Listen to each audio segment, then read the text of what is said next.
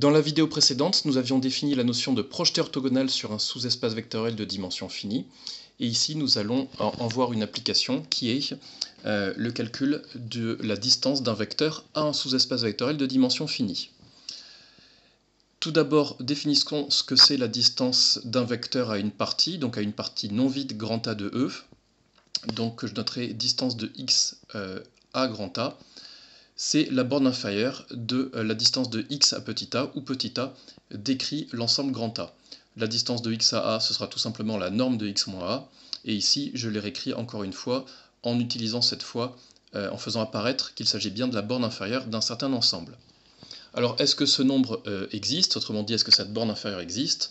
Je vous ferai remarquer que cet ensemble ici est une partie de R, qui est non vide puisque grand A est non vide, et qui est minoré par 0, puisque des normes, ce ne sont que des réels positifs. Donc cette borne inférieure existe.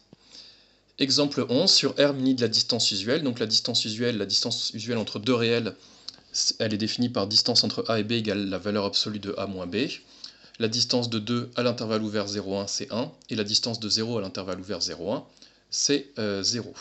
Une remarque, si x appartient à grand A, alors la distance de x à a est nulle. En effet, si x appartient à grand A, j'ai le droit, comme élément de grand A, j'ai le droit de choisir petit x, du coup j'obtiens norme de x moins x, et j'ai démontré que 0 appartient à cet ensemble. Donc cet ensemble est un ensemble qui est minoré par 0, qui contient 0, donc évidemment sa borne inférieure c'est 0, 0 est alors même un minimum. Donc j'ai bien prouvé que la distance de x à a est alors nulle. Faites attention, la réciproque est fausse, si la distance de x à a est nulle, alors x n'appartient pas forcément à grand A, vous le voyez sur cet exemple, la distance de 0 à l'intervalle ouvert 0,1 est nulle, pourtant 0 n'appartient pas à cet intervalle ouvert. Théorème 5, donc ici on se place dans un cadre un peu plus précis, puisqu'on n'a pas A qui est une partie quelconque de grand E, on a F qui est un sous-espace vectoriel de dimension finie. Et soit pi la projection orthogonale sur F, et soit x un vecteur de grand E. Alors la distance de x à f est atteinte en un unique élément de f, qui est pi de x, le projeté orthogonal de x sur grand F, qui existe à partir du moment où grand E est un espace pré-hilbertien réel, et que grand F en est un sous-espace vectoriel de dimension finie. Donc qu'est-ce que ça veut dire que la distance de x à f est atteinte? Ça veut dire exactement que la distance de x à f vaut la norme de x moins pi de x. Donc ça veut dire que cette borne inf est un minimum, et donc il existe un vecteur, en l'occurrence pi de x, qui satisfait cette égalité. Et ici la particularité, c'est que en plus, pi de x est l'unique élément de grand F qui réalise cette égalité. Autrement dit, quel que soit y dans f, la distance de x à f vaut la norme de x moins y, si et seulement si y est égal à pi de x. Nous allons démontrer cette proposition. Donc dans un premier temps, on va démontrer cette égalité, que la distance de x à f vaut la norme de x moins pi de x. Donc pour ceci, je vais calculer la norme de x moins y pour n'importe quel vecteur de y dans grand F. Évidemment, il est assez rare de vouloir calculer une norme dans un espace pré-hilbertien. Il est bien plus judicieux de calculer une norme au carré. J'introduis le vecteur pi de x.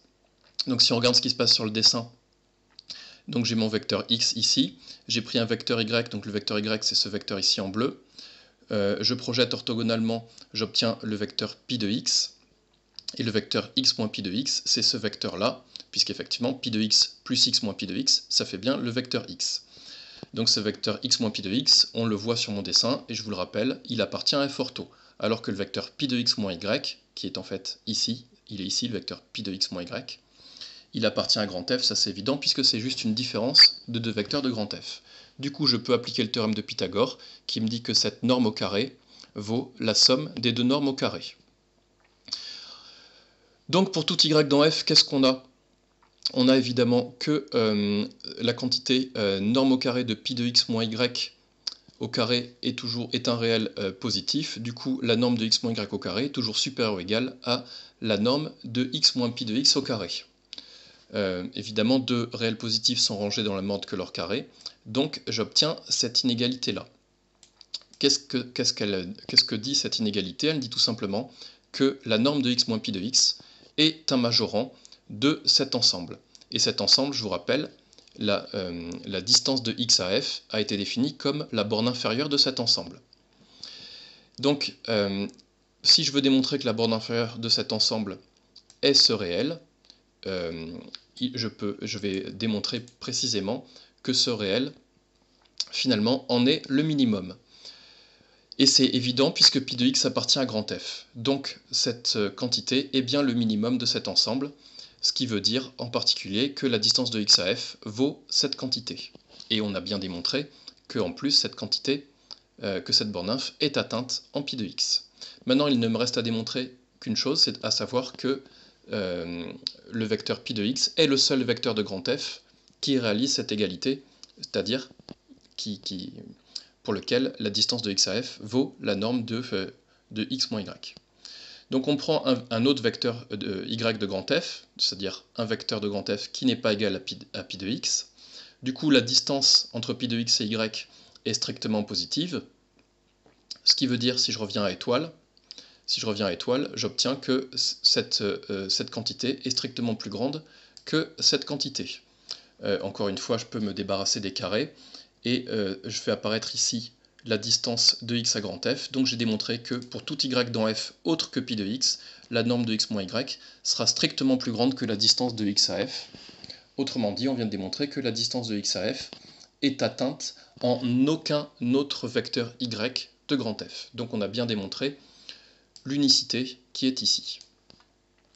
Exercice 5, on va appliquer ça dans un cadre qui pourrait être totalement différent, qui est, puisqu'il s'agit a priori dans cet exercice de calculer la borne inf d'une intégrale, une borne inf qui porte sur deux paramètres a et b, on pourrait très bien s'en sortir, mais ça serait assez compliqué en calculant cette intégrale et en étudiant, mais il faudrait savoir étudier une fonction de deux variables, donc ça serait un exercice d'analyse plutôt difficile, alors que là, on peut juste repérer qu'il s'agit d'une norme au carré quand on utilise le produit scalaire de R crochet x qu'on a déjà rencontré, qui est défini par P scalaire Q égale l'intégrale de 0 à 1 de P de x Q de x dx.